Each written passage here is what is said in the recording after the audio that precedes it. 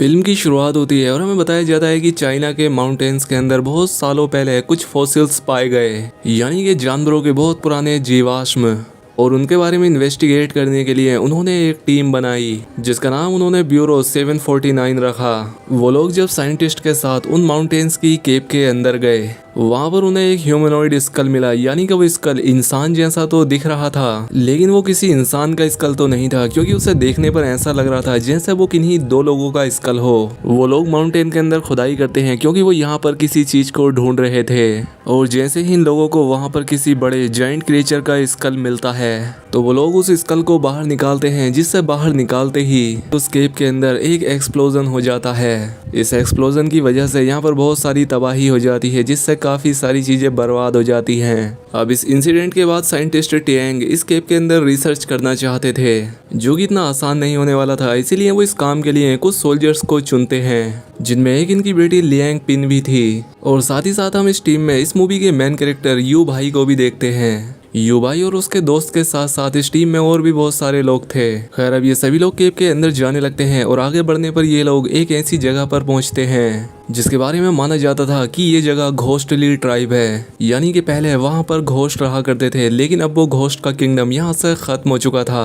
खैर, इस केप को पार करने के बाद ये लोग माउंटेन के दूसरी तरफ पहुंचते हैं। यहाँ बर्फ पर इन लोगों को एक बहुत ही बड़ा निशान नजर आता है, और ये निशान किसी बहुत ही बड़े क्रीचर का फुटप्रिंट था, यानी कि उसके पांव का निशान था। ये देखकर साइंटिस्ट टियांग बहुत ही हैरान होते हैं। इसके बारे में वो फौरन अपने हेडक्वार्टर में अपने डायरेक्टर को इन्फॉर्म करते हैं। अब जब ये लोग थोड़ा आगे बढ़ते हैं तो इन्हें बहुत सारी बैट्स नजर आती हैं, जो कि आम बैट से एकदम अलग थी, क्योंकि उनका रंग नीला और साइज में बहुत ज्यादा छोटी थी। अब वो बैट साइंटिस्ट टियांग पर अटैक करने वाली होती है, लेकिन तभी एक सोल्जर आगे बढ़कर उस बैट को पकड़ लेता है, और जिस हाथ में उस सोल्जर ने उस बैट को पकड़ा था उसका वो हाथ जलने लगता है, और धीरे धीरे देखते ही देखते उसकी पूरी बॉडी जल जाती है। वो स्केलेटन में बदल जाता है। अब हमें समझ आता है कि इन बैट्स को फायर बैट्स कहा जाता है। खैर, अब ये लोग किसी न किसी तरह से इन फायर बैट्स से बचकर आगे बढ़ते हैं, लेकिन इनकी मुसीबत अभी भी खत्म नहीं हुई थी, क्योंकि आगे बढ़ने पर इनके सामने एक बहुत ही बड़ा मॉन्स्टर आ जाता है। उसके यहाँ आने की वजह से माउंटेन पर जमी हुई सारी बर्फ टूट जाती है, जिस वजह से यहाँ पर एक बहुत ही बड़ा बर्फ का तूफान आ जाता है। अब वो लोग इस बर्फ के तूफान से बचकर भागने लगते हैं, लेकिन बहुत सारे लोग इस बर्फ के तूफान की चपेट में आ जाते हैं और अपनी जान गवा बैठते हैं, और बाकी जिंदा लोग इस तूफान से बचने के लिए एक खाई में जंप कर देते हैं। लेकिन इन लोगों की किस्मत काफी खराब थी, क्योंकि उस खाई के अंदर भी जो बर्फ थी वो काफी नोकीली थी, जो कि खाई में गिरे काफी लोगों के अंदर घुस जाती है,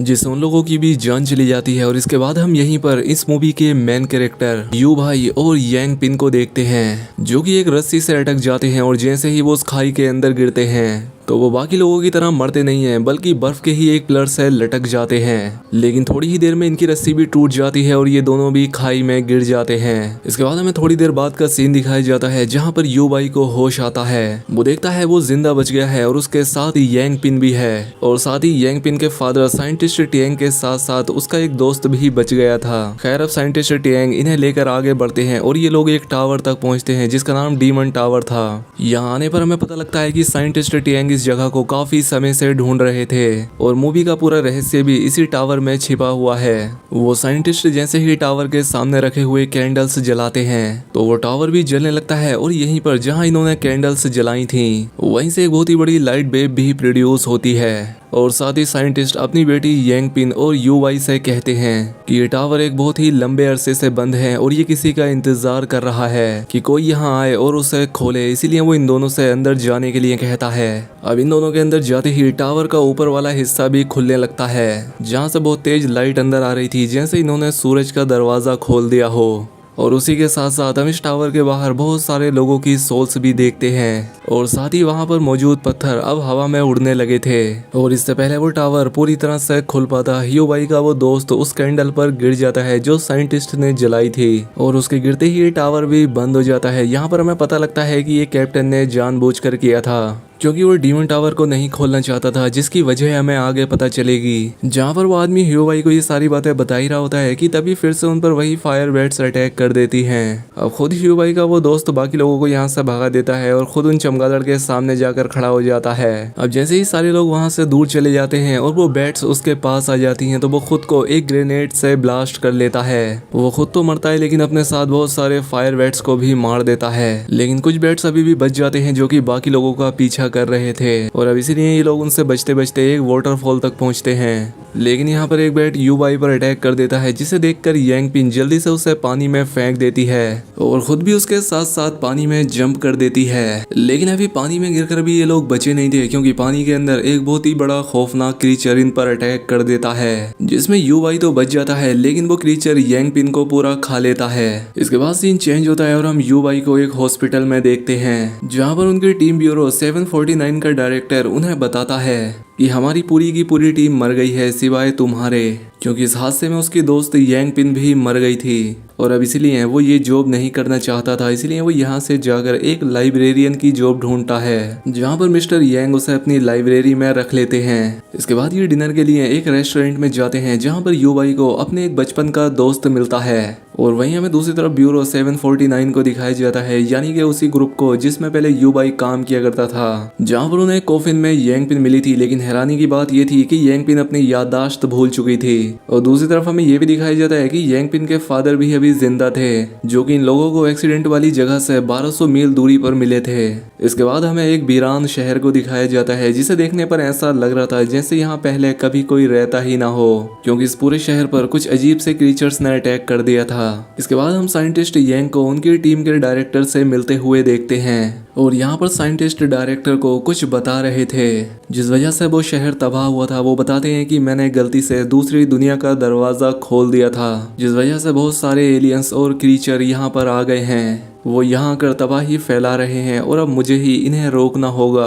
वहीं दूसरी तरफ हम देखते हैं कि लाइब्रेरी के जरिए ह्यूबाई को पता चल गया था कि साइंटिस्ट यांग पहले भी उस टावर पर गए हुए हैं, और यहाँ तक कि उन्होंने इस टावर पर किताब भी लिखी हुई है। अब वो ये बात सोचकर हैरान था कि वो दोबारा इस टावर को ढूंढ क्यों रहे थे, और अब वो इन सारी बातों से कंफ्यूज होकर उस डीमन टावर पर फिर से रिसर्च करना शुरू कर देता है। और ये करते हुए अचानक से उसकी कमर पर आग लग जाती है, और ये आग बिल्कुल वैसी ही थी जैसी उन फायर बैट्स से लगती थी। अब ह्यूबाई का वो फ्रेंड जो उसे रेस्टोरेंट में मिला था, वो जल्दी से आकर उस आग को बुझाने की कोशिश करता है, लेकिन बदले में ह्यूबाई अपने फ्रेंड को ही मारकर वहां से दूर फेंक देता है, और फिर वो अपनी शक्तियों का यूज करते हुए रूम में मौजूद सारी चीजों को हवा में उठा देता है। और तभी यहाँ पर वो लाइब्रेरियन मिस्टर यांग आते हैं। वो अपना जादू का यूज करते हुए सारी चीजों को फिर से नीचे करते हैं। अब ह्यूबाई की बॉडी से वो आग भी बुझ जाती है, लेकिन हैरानी की बात ये थी कि उसकी बॉडी में इतनी सारी पावर्स आई कहाँ से, क्योंकि पहले तो वो एक नॉर्मल इंसान था, और यहाँ पर हमें मिस्टर बैंग के जरिए पता चलता है कि उन फायर बैट्स की वजह से ही ह्यूबाई के अंदर इतनी सारी पावर्स आ गई हैं। और यहाँ पर इन सभी बातों के दौरान हमें यह पता चलता है कि मिस्टर बैंग कोई आम लाइब्रेरियन नहीं है, बल्कि वो एक बोल्ट का ख्याल रखते हैं। और अब देखते ही देखते उस पूरी जगह को मिस्टर बैंग बोल्ट में चेंज कर देते हैं। और अब यहाँ पर मिस्टर बैंग इन लोगों को बताते हैं कि 10,000 साल पहले यहाँ पर एलियंस आ गए थे, और वो बताते हैं कि डीमन टावर वो जगह है जिसके जरिए वो एलियन पृथ्वी पर आए थे,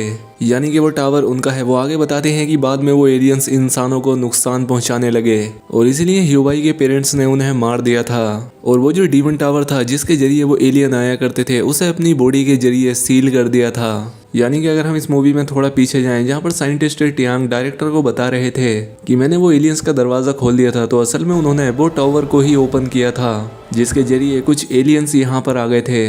यहाँ पर बैंग ह्यूबाई को बता रहे थे कि क्योंकि उस टावर को तुम्हारे पेरेंट्स ने बंद किया था, और अब इसीलिए उस टावर को दोबारा खोलने के लिए तुम्हारे खून की जरूरत होगी। और यहाँ पर हमें ये बात भी समझ आती है कि आखिर क्यों वो साइंटिस्ट ह्यूबाई को वहां तक लेकर गए थे। मिस्टर बैंग उसे आगे बताते हैं कि 10,000 साल पहले जब तुम्हारे पेरेंट्स ने उन एलियन को वापस भेजा था, तो कुछ एलियंस यहीं पर छिप कर रह गए थे जिन्होंने इंसानों से शादी कर ली, और अब उनके जो बच्चे हैं वो हाफ ब्लड हैं, यानी कि वो आधे इंसान तो आधे एलियन हैं। वहीं दूसरी तरफ हमें साइंटिस्ट यांग को दिखाया जाता है जो कि अपने ग्रुप को छोड़कर कहीं चला जाता है, लेकिन जाने से पहले उन्होंने एक नोट में अपनी डायरेक्शन लिख दी थी कि वो किस तरफ जा रहे हैं। और अब इसीलिए उनकी टीम यानी कि ब्यूरो 749 के डायरेक्टर ह्यूबाई के पास आते हैं ताकि वो साइंटिस्ट को ढूंढने में उनकी मदद कर सके। ह्यूबाई कहता है कि मैं ऐसा कैसे कर सकता हूँ, जिस पर डायरेक्टर कहते हैं कि हमें कुछ दिन पहले यांग पिन मिली थी और उसके बताए अनुसार तुम ही वो शख्स हो जो कि साइंटिस्ट को ढूंढ सकता है। और ये कहकर वो यहाँ से चला जाता है। यू वाई यांग पिन के जिंदा होने की खबर सुनकर बहुत खुश होता है। अब वो ये बात जाकर मिस्टर बैंग को बताता है और मिस्टर वैंग उससे कहते हैं कि तुम उन्हें ढूंढने के लिए उस टावर में नहीं जा सकते,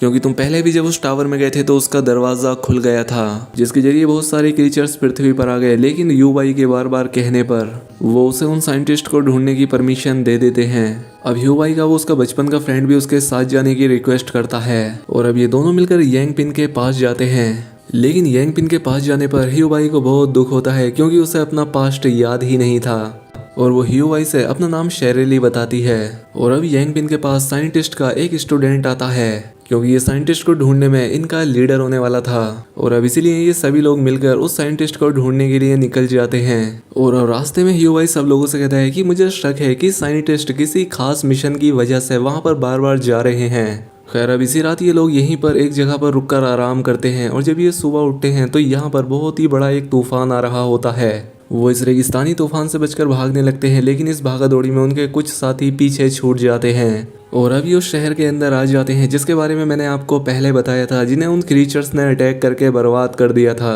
ये लोग इस शहर को देखकर काफी हैरान होते हैं और साथ ही ह्यू वाई का वो फ्रेंड भी उससे रास्ते में बिछड़ गया था। ह्यू वाई को जब ये बात पता लगती है तो वो उसे ढूंढने के लिए निकलता है, लेकिन उनके ग्रुप का एक बूढ़ा आदमी ह्यू वाई को ऐसा करने से रोक देता है।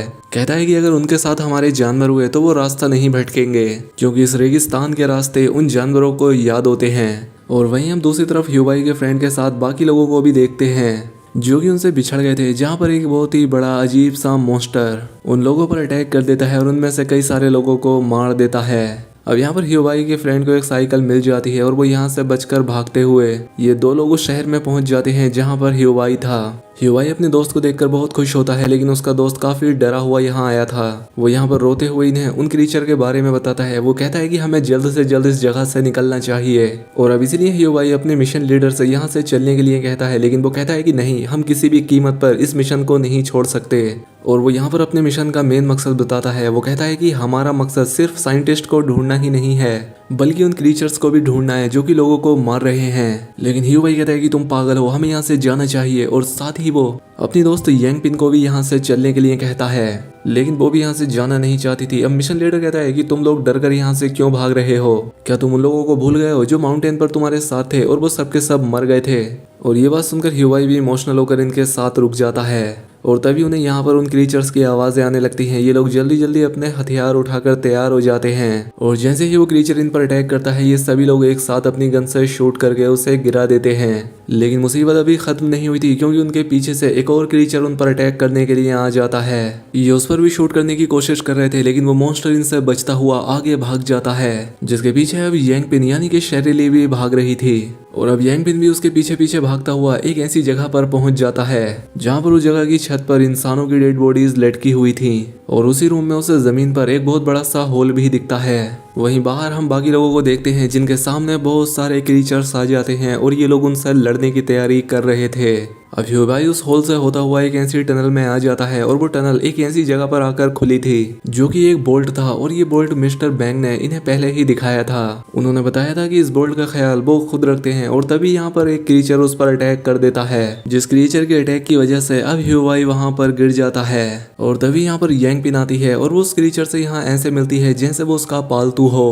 क्रीचर भी उसके साथ एकदम नॉर्मल बिहेव करता है। अब यांग पिन अपने मैजिक का यूज करते हुए ह्यू वाई की बॉडी को उठाकर वहाँ पर एक कॉफिन में डाल देती है और इसके अंदर जाते ही ह्यू वाई के सब जख्म ठीक हो जाते हैं। और अब उसकी आंख खुलने पर वो डीमन उस टावर के अंदर था जो कि मूवी की शुरुआत में हमने देखा था और उसे यहाँ पर पास्ट के विजन्स आ रहे थे। और यहाँ पर हम देखते हैं कि जब पानी के अंदर यांग पिन पर किसी क्रीचर ने अटैक कर दिया था तो वो क्रीचर उसे उठाकर डीमन टावर तक लेकर आई थी और उसके यहाँ पहुंचते ही उस टावर के अंदर से एक अनोखी लाइट निकली थी जो कि असल में एक सोल थी और उस सोल ने यांग पिन पर कुछ मैजिक किया था, जिस वजह से यांग पिन पूरी की पूरी उसी में चेंज हो गई थी। यानी कि यांग पिन की बॉडी में किसी और की सोल थी जिसका नाम शेरेली था। यानी कि यांग पिन असल में यांग पिन नहीं है बल्कि वो शेरेली है और वो भी उसी डीमन टावर से निकली थी, जिसका मतलब ये है कि वो भी एक एलियन हो सकती है। और अब हमें यहाँ पर मूवी में आगे दिखाया जाता है कि शेरेली ही उन क्रीचर्स की हेड है और वो ही इन क्रीचर्स से शहर के लोगों पर अटैक करवा रही थी। और यहीं पर शर्ली ह्यूबाई और उसकी एक और साथी पर अपने मॉन्स्टर से अटैक करवाती है।